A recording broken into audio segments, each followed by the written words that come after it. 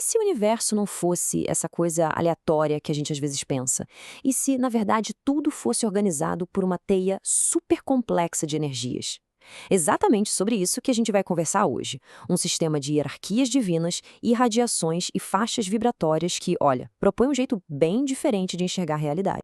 Pois é, a pergunta é essa. E se a realidade fosse organizada por energias que a gente nem vê? Esse é o nosso ponto de partida. Vamos pensar. E se tudo, absolutamente tudo ao nosso redor, do átomo pequenininho até a galáxia gigante, fosse governado por forças invisíveis? Essa é a ideia que a gente vai começar a desvendar agora. Uma visão de mundo que trata o cosmos como uma baita estrutura energética super precisa.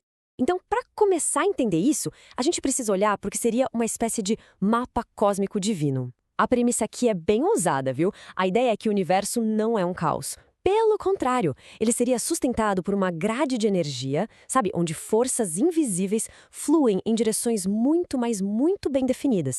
Ok, e o primeiro elemento desse mapa seriam as chamadas irradiações verticais. Segundo a fonte, essas irradiações são como projeções de energia de forças primordiais, que aqui são chamadas de orixás planetários. Para ficar mais fácil de visualizar, imagina só uns raios de energia pura descendo lá do cosmos e atravessando todos os níveis da existência. É um fluxo constante, sempre de cima para baixo. Beleza, então a gente tem essa energia descendo na vertical. Agora, cruzando com ela na horizontal, teríamos as correntes eletromagnéticas. Elas formam as dimensões, os planos onde seres com afinidades parecidas vivem e evoluem, tudo governado por essas mesmas forças. A analogia aqui perfeita é como se fossem os bairros do universo, sabe? Onde cada um se agrupa de acordo com a própria sintonia vibracional. Faz sentido, né? E olha só, para a gente ver que isso não é uma ideia tirada do nada, aqui está a fonte de onde esses conceitos vieram. Essa imagem é uma página do texto original. Se a gente reparar bem, os termos que acabamos de usar, hierarquias, irradiações, faixas vibratórias, estão todos aí descritos em detalhe. Isso mostra que não é uma ideia abstrata, e sim parte de um sistema que foi documentado e estudado. Ok, agora que a gente já tem essa visão geral do mapa, que tal dar um zoom? Vamos entender melhor como esses níveis vibratórios são organizados? Qual é a arquitetura dessa estrutura toda? Então, a estrutura que se revela é de uma simetria que, olha, impressiona. A energia cósmica desce por 7 faixas positivas, aí ela atravessa uma faixa neutra, que curiosamente corresponde ao nosso plano material, e depois continua a jornada por mais 7 faixas negativas. No total, a gente está falando de 15 níveis. É uma escala que vai do mais sutil, do mais luminoso, até o mais denso e concentrador. E isso tudo nos leva a 2 tipos de força que são fundamentais nesse sistema. De um lado, o magnetismo positivo, que é irradiante, expansivo, ele leva os seres a se tornarem cada vez mais luminosos. Do outro, a gente tem o magnetismo negativo, que é absorvente. Ele concentra, ele retém, direcionando os seres para um reequilíbrio interno. E aqui tem um ponto super importante. Não é bom contra mal, tá? É mais uma questão de expansão versus concentração. Bom, depois de ver essa arquitetura imensa do cosmos, a pergunta que não quer calar é: e a gente? Onde os seres humanos se encaixam nisso tudo? Vamos focar agora no nível individual para tentar descobrir o que define a nossa própria assinatura energética. E olha, essa citação da fonte é a peça-chave. Diz assim: nós somos seres eletromagnéticos ou mentais pensantes. O que isso quer dizer? Basicamente, que não somos só corpos físicos. Somos, na essência, seres energéticos. Cada pensamento, cada emoção gera um campo magnético que funciona como uma identidade única. E é essa identidade que nos posiciona naquela grande grade vibratória do universo. E este slide detalha a base dessa assinatura energética. A ideia é que existem 7 essências primordiais, como a cristalina, a mineral e por aí vai, que correspondem às 7 vibrações fundamentais da vida, tipo a fé e o amor.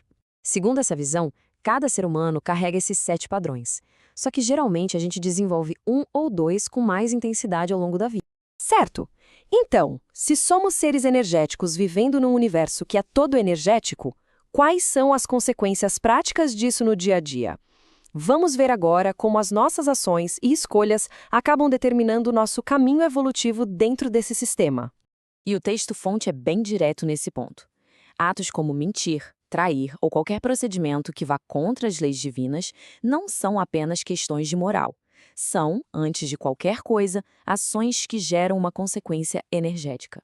E a consequência, segundo o que está escrito, é imediata. Uma ação que está desalinhada com as leis universais altera a polaridade do nosso magnetismo pessoal. E isso, por sua vez, nos sintoniza com uma corrente eletromagnética negativa. Essa corrente passa a nos atrair e a emitir energias que podem, inclusive, bloquear a nossa percepção. Então chegamos num ponto crucial. As faixas negativas não são um castigo. A função delas é corretiva. Elas servem para concentrar o ser, para anular temporariamente o livre-arbítrio e, com isso, neutralizar os magnetismos mentais negativos que foram criados. Pensa nisso como um mecanismo de reequilíbrio do próprio cosmos, e não uma punição. Bom, agora vamos juntar todas essas peças. Com todo esse conhecimento sobre a estrutura do cosmos e sobre a nossa própria energia, como é que isso pode ser aplicado para a gente navegar o nosso magnetismo interior de uma forma mais consciente? A grande lição, talvez, seja esta. O nosso estado interno tem um impacto direto e mensurável. A emotividade descontrolada, a desarmonia mental, tudo isso altera o nosso campo magnético. E isso, claro, nos torna mais suscetíveis a sintonizar com faixas vibratórias que não são as mais propícias para a nossa evolução. E é por isso que entender essa dinâmica de polaridade magnética, essa coisa do irradiante e do absorvente, do positivo e do negativo, não é só teoria, sabe? É uma ferramenta que pode ser fundamental para a cura. Ter clareza de como essa atração energética funciona pode ajudar a reverter processos de desequilíbrio. E para a gente terminar, fica a reflexão. Se os pensamentos e os sentimentos são a força que molda a nossa realidade vibratória, que tipo de realidade cada um de nós está criando a cada momento? A resposta, segundo esta visão de mundo, é o que define o lugar de cada ser nesse grande mapa cósmico.